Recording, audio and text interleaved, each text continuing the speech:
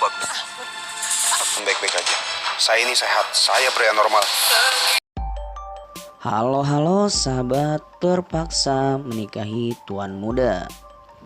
Film dilanjutkan ketika Eyang Rima yang dimana melihat salah satu dari ibu yang sedang hamil muda.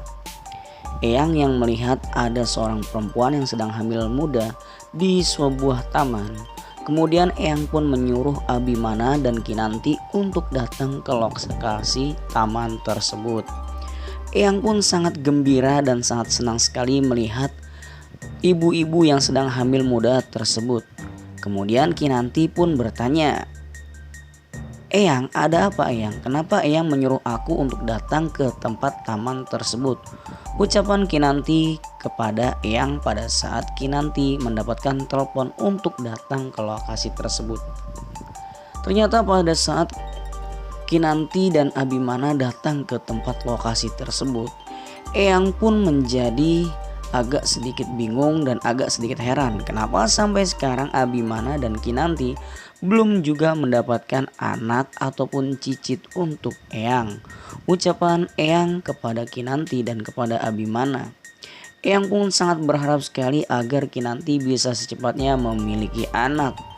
Ucapan Eyang yang diucapkan kepada Kinanti.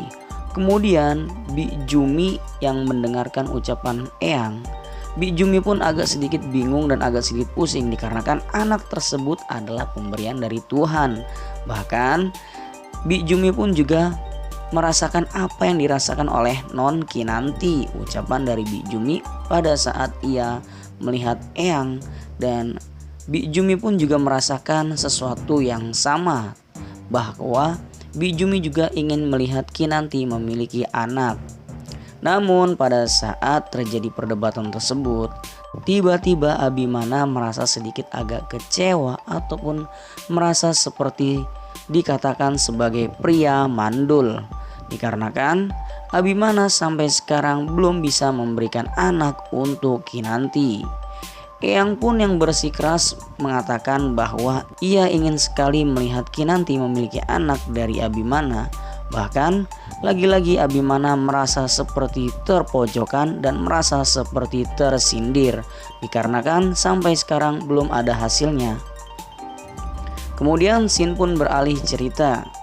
Pada saat Kinanti menyarankan Abimana untuk konsultasi, ternyata Abimana pun mengatakan bahwa ia adalah pria normal dan mungkin memang belum waktunya untuk bisa mendapatkan anak. Ucapan Abimana kepada Kinanti. Sementara itu juga Abimana pun merasa seperti tersindir ataupun merasa seperti dikucilkan oleh Kinanti, yang dimana Kinanti menyebut Abimana adalah pria mandul. Sementara itu scene pun beralih cerita. Ketika Eyang yang terus-menerus mendesak Abimana dan Kinanti, kapan bisa mendapatkan cicit untuk Eyang? Kemudian Abimana pun terdiam dan tidak bisa menjawab pertanyaan tersebut. Bahkan Abimana pun sangat marah sehingga meninggalkan Eyang begitu saja. Dan kemudian Abimana dan Kinanti pun lagi-lagi melakukan pengecekan ke dokter tentang yang sebenarnya apakah sudah ada tanda-tanda atau belum. Ternyata Kinanti masih belum ada tanda-tanda memiliki anak. Bahkan lagi-lagi Abimana pun mengatakan, "Kinanti, mungkin kita masih belum diberikan anak, tetapi aku yakin suatu saat pasti akan diberikan anak."